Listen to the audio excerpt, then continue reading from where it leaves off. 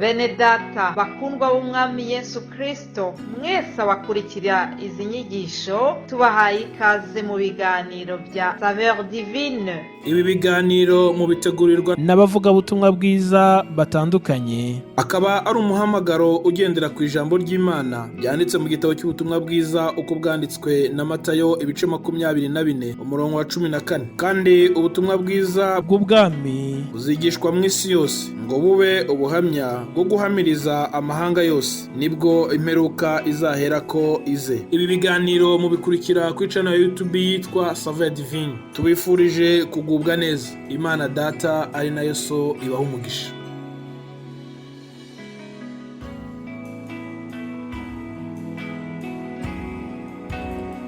Inshuti z'umusaraba, bakunzi b'umwami wacu Yesu Kristo, ndabaramukije amahoro ubuntu bw'Imana bibane namwe.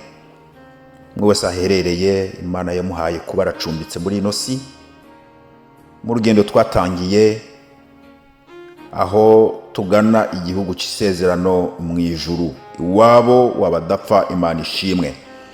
Nejerejwe n'Imana rero ko nanje ngiri ubwo buntu ngo ijuru rinyemerera ko rimpa kano kanya gatoya ngo nsangire namwe ijambo ry'Imana.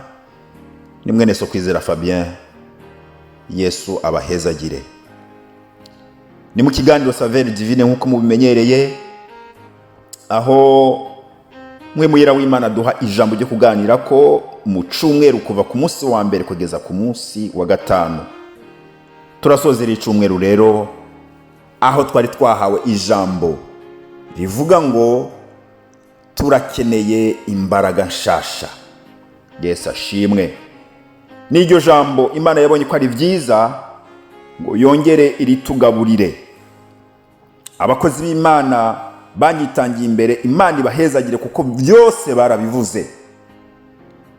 Berekanye izo mbaraga dukeneye izo arizo, aho tuzikura. Mbere niyo tuvuga ngo turakeneye, mu ijambo ry'Imana twize ku munsi wa kane ejo haheze, mukozi w'Imana yatwigishije ahishurirwa ingene abavutse ubwa kabiri babahindutse ibyaremwe bisha, ariko baba binjiye mu ntambara, aho tugwana na Satani tukagwana n'ibyaha. Kandi muri urwo rugendo twatanguye wo kuva mu isi tuja mu ijuru, intambara irakomera, ibitugwanya bikaba byinshi, bikaba ngombwa yuko buri munsi buri joro dukenera imbaraga nshasha kugira ngo twame dutsinda buri munsi. Imana ishimwe. Mu gusoza rino teme, reka jewe ngaruke kuri rino jambo dusanga muri Petero wa kabiri igice cya 3 umurongo w'9. Haravuga ngo umwami Imana ntitebeje isezerano ryayo uko bamwe biyumvira kuri tevya, ariko yihanganira mwebwe, igomba kwagira abahona, ariko igomba ko bose bihana. Yesu ashimwe. Iri jambo imbaraga nshasha cyangwa intege nshasha turibona mu gihe umuntu imbaraga yarafise zisa n'izimuheranye, mu gihe inkomezi umuntu yarafise zisa n'izigabanutse. Mu isezerano rya kera tubona ngo aho Mose yarahagaze ku rugamba, uhereye mu gitondo Abisirayeli bariko baragwana n'abansi babo, ngo ijambo ry'Imana ritubwira ngo gushika ku mugoroba urugamba rwari rukomeye. Mose yahawe amabwirizwa n'Imana ngo Mose ni wamanika inkoni Abisirayeli baratsinda, ngo ariko ni wayimanura baratsindwa.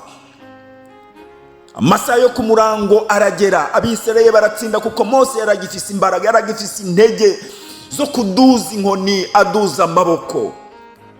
Ariko amasaha mu bana menshi amaboko ya Mose arananirwa, atangura kumanura inkoni. Abisirayeli ngo batangura gutsindwa ku rugamba. Bamwe mu bahizi bari kumwe na Mose batangura kumenya ibibaye, barabisobanukirwa ngo intege za Mose ziragabanutse, inkomezi za Mose zari mu maboko ziragabanutse, imbaraga zari mu maboko ya Mose ziragabanutse. dukora iki? Umwe afata ukuboko kw'iburyo uwundi ukw'ibubamfu, bashyigikira Mose bongera bamusubiza mu imbaraga, aduza inkoni. Haleluya! Ngo ako kanya Abisirayeli bongera kunesha, baratsinda, izuba ririnda rirenga, Abisirayeli batsinda urugamba. Imana ishimwe. Izi mbaraga turazikenera kuko ni kenshi ducika intege, ni kenshi tunanirwa. Niyo mpamvu dukeneye izi mbaraga shasha z'Imana. Imana ihabwa icubahiro. Mu majambo twasomye Petero atwandikira aya majambo, ababayeho natwe turiho n'abazobaho, kugira ngo tumenye neza. Kuri uno murongo w'ikenda twasomye igice A, ngo umwami Imana ntatebeje isezerano ryayo uko bamwe biyumvira ko ari tevya. Kubera iki Petero yanditse aya majambo? Nuko benshi muri ico gihe bari batanguye kurambirwa, kuko bari barumvise ngo Yesu yagiye mu ijuru kudutegurira aho tuzogaruka kudutwara, atumara imibabaro. Ariko bamwe bararindira barabura, batangura kwihebura, bacika intege, kuko isezerano ry'Imana ryaboneka kuri bo nk'uko umenga riratevye.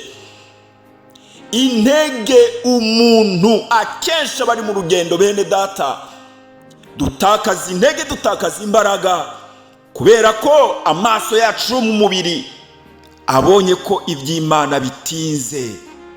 Iyo Satani atwivye akatubesha ngo Imana iratinze, iratevye, amasezerano y'igusezeraniye yaratevye, aratinze. Iyo tugiye mu mubiri tukabeshwa n'umwansi ko iby'Imana bitinze, intege twari dufise ziracika, imbaraga zigacika. Imana itubabarire. Mu ijambo twabonye imbere yaho gatoya twabonye ngo Mose uko batinze gutsinda urugamba ngo ingabo bahangana bazineshe bazikureho, niko imbaraga z'amaboko ya Mose zatanguye gucika. Natwe mu rugendo, bene data, twatanguye uru rugendo turimwo. Iyo tubonye ko hariho ibitinze, ibitevye gato, ducika intege, mbere bigatuma bishobora kuba intandaro ya benshi bo gusubira inyuma, mbere no kugwa bakava mu byizegwa. Imana itubabarire. Bene data, Imana ntitinze haba na gato, haba ku isezerano riruta ayandi masezerano yaduhaye ngo Yesu azogaruka kudutwara atujane mu ijuru. Hari ayandi masezerano twasezeraniwe n'Imana tukiri hano mu isi kandi tuzobonesha amaso. Ayo masezerano rero ntatinze, bene data. Ayo masezerano ntatevye, ntagutere gusubira inyuma, ntagutere gucika intege, ntagutere gucika imbaraga wari ufise, mwene data. Ariko Mana ishimwe cyane, bakozi b'Imana bambangirije badusomeye amajambo y'Imana ari muri Yesaya ngo abizigiye Uhoraho bama biyubura mu nkomezi sha no mu mbaraga sha. Haleluya. Aya majambo dukomeze, bene data, mu bituma intege zacu zicika, mu bituma imbaraga twari dufise zicika, tugasubira inyuma, hakabaho gukekeranya, hakabaho mbere no kwidodomba mu rugendo ruja mu ijuru. Hari iri jambo rikomeye aho tubona ko iby'Imana bitinze. Hari amasezerano Imana yaguhaye, mwene data. Imana ntitinze, Imana ntitevye, yabitebeje. Oya, hagarara ushira amanga, hagarara ukomere, wihangane, uramirize mu rugendo. Hanga amaso ijuru, hanga amaso Imana. Satani ntakwibe, ntakubeshe ngo biratevye, ngo wicire inzira, bitume ugwa mu ntege nke, ugwa mu mbaraga nke. Bene data, Imana iduhe imbaraga shasha kuko turazikeneye, iduhe kongererwa intege nyinshi kuko turazikeneye, kandi iturinde gusubira inyuma no gutakaza ibyizegwa, kuko Imana idatinze kandi atana kimwe ishobora gutinza, byose ibikorera igihe. Ndabifurije weekend nziza zo kongererwa imbaraga nshasha. Ndabifurije weekend nziza zo kongera kwiyubura mu mbaraga z'Imana. Imana ibaha umugisha mu izina rya Yesu Kristo umwami wacu. Amen.